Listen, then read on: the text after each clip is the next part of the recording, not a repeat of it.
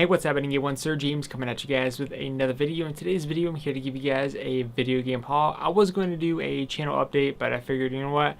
I'll just do a video game haul today, and I'll probably do an update video sometime over the weekend, if not early next week. So the categories for today's haul is we have Nintendo Switch, PlayStation Vita, and the PlayStation 3, but we are pretty much going to go in the opposite direction because the Nintendo Switch one will be a little bit longer because that's the majority of the haul here.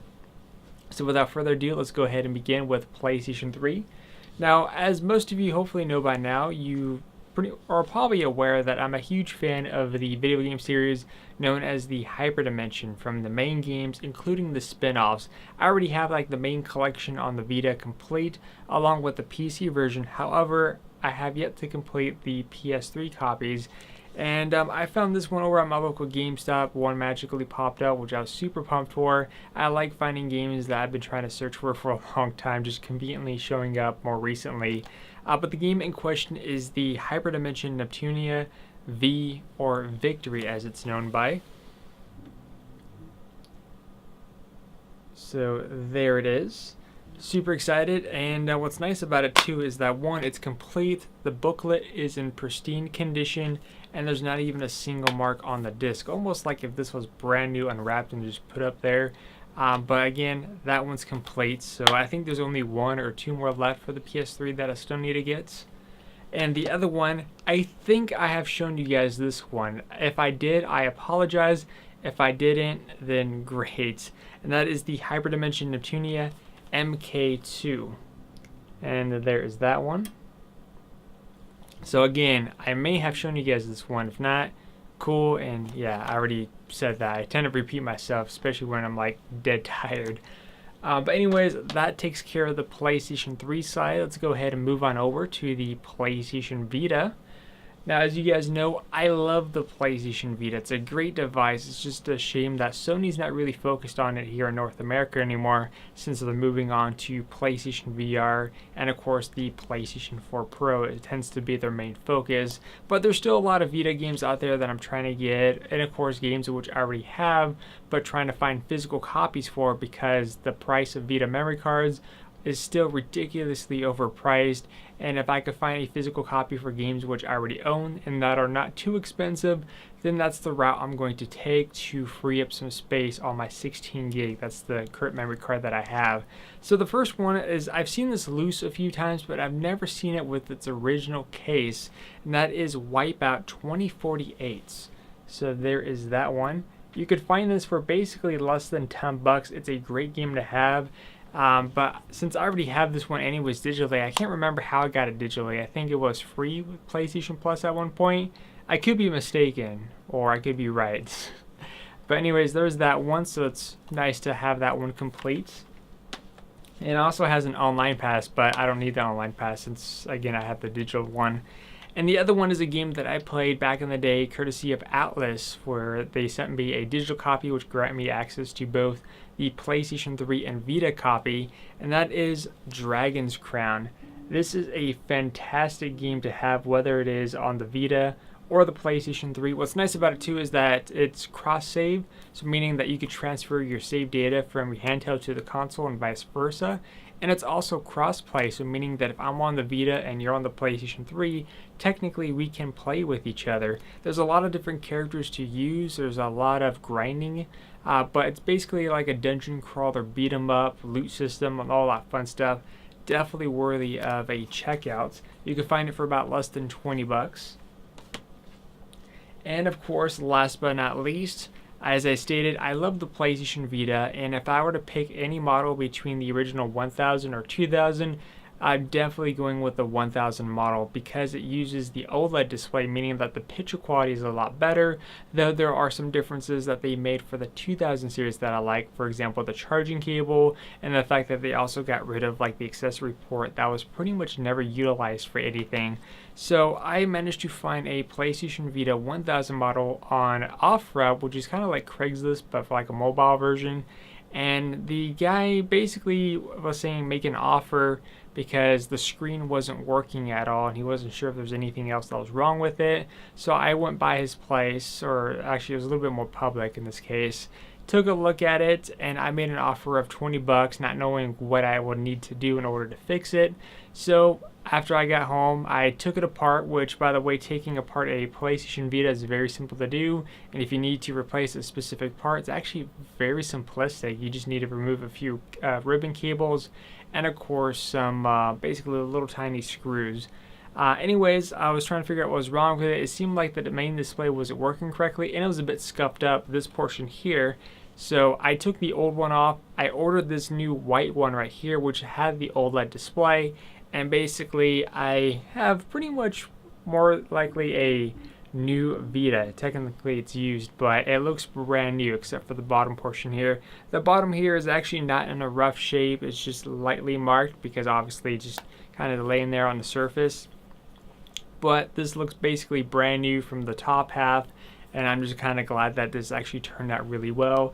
And the fact that I didn't break it while basically assembling everything and all that fun stuff. But again, if you've ever wanted to replace your front panel, extremely easy. There's also video tutorials. And honestly, it's probably to the point where I could probably do it in less than 5 minutes if I wanted to. Next up is, of course, the Nintendo Switch. The last time I even talked about the Nintendo Switch was during the month it came out, which I think was either April... January, March, or April. It was either March or April, I think. I can't remember when it came out. That's how long it's been. But after that initial month, I was basically quiet about the Nintendo Switch. Haven't talked about it at all, so what's been going on? The thing is that I was waiting for a lot more games to come out before I invested more time into it. Because during its initial launch, I was more interested in, of course, The Legend of Zelda Breath of the Wild. Highly recommendation for that. And of course a couple other games that came along with it.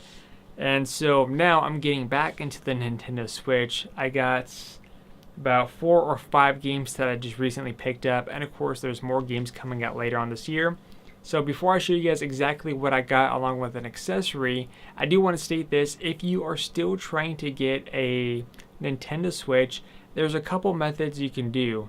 If you're looking to just get the console, I highly recommend you check places like Best Buy, because Best Buy, especially for my area, again, this could be different per location, but Best Buy seems to get them almost weekly, where they get like a ton of gray models, and very rarely will they ever get a neon bundle, which my local Best Buy, actually the other day, they actually had 1 neon and about 13 gray models. The other method too is GameStop. Now I know what you guys are going to say, especially if you don't like GameStop, because GameStop did have these overpriced bundles, especially when they were bundled with the accessories that people did not want. They actually brought back the bundles again, but these are better bundles where you get a Switch and of course a game. In this case they have like one where you get the Switch with The Legend of Zelda or Mario Kart. And then, of course, the new Splatoon 2. So, again, those are the reasonable bundles. And, again, it's going for about $360, which, of course, would be the main price you would pay depending on where you live. So, that would be the second option to go.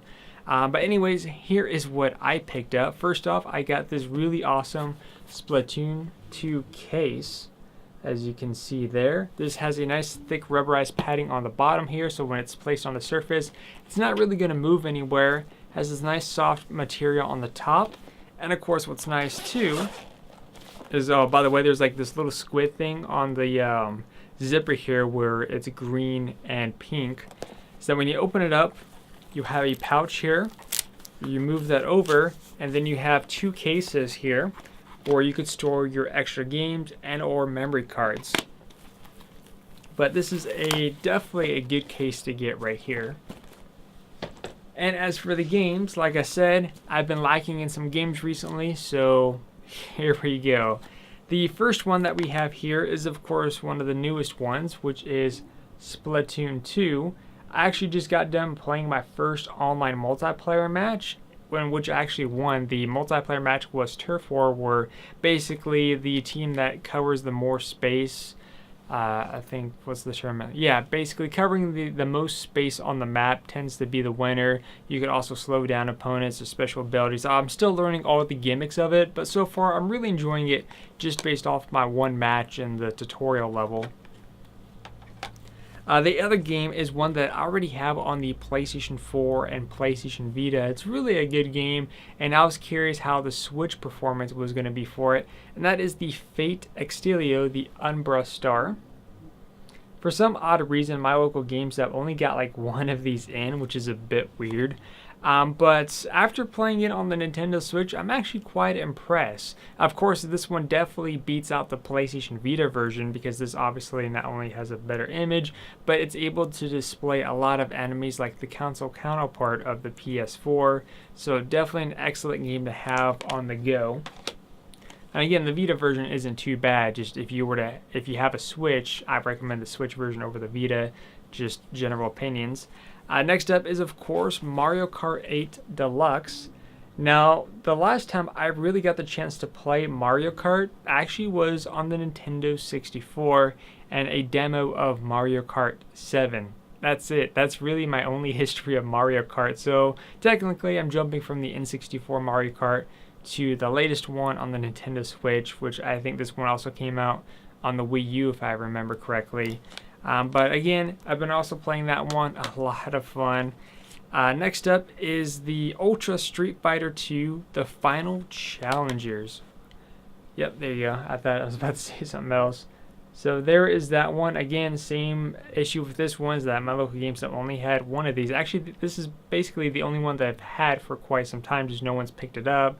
And the visuals are actually really good. And of course, you could also switch between HD and classic graphics as well. But again, another good game. And this one I actually had to go to Best Buy to pick up because I forget which one was on the Vita. I think it was either number 3 or number 4 that was on the Vita. And that's Disgaea 5 Complete Edition. So I've been looking forward to playing this one. And that is pretty much it. Like I said, I was lacking in some Switch games for quite some time. And honestly, if you have been wanting to get a Nintendo Switch, this is actually the perfect time because there's a lot of great games out right now, and there's more coming out later on this year, like Skyrim, Mario Odyssey. There's also the Mario and Rabbids game that's actually coming out at the end of next month. I'm looking forward to. It kind of has the gameplay mechanics of XCOM, so if you play that one, then this may cater towards your interest. But anyways, if you guys enjoyed this video, feel free to let me know in the comment section down below. And have you guys picked up anything recently? Also let me know. But I'll see you guys next time.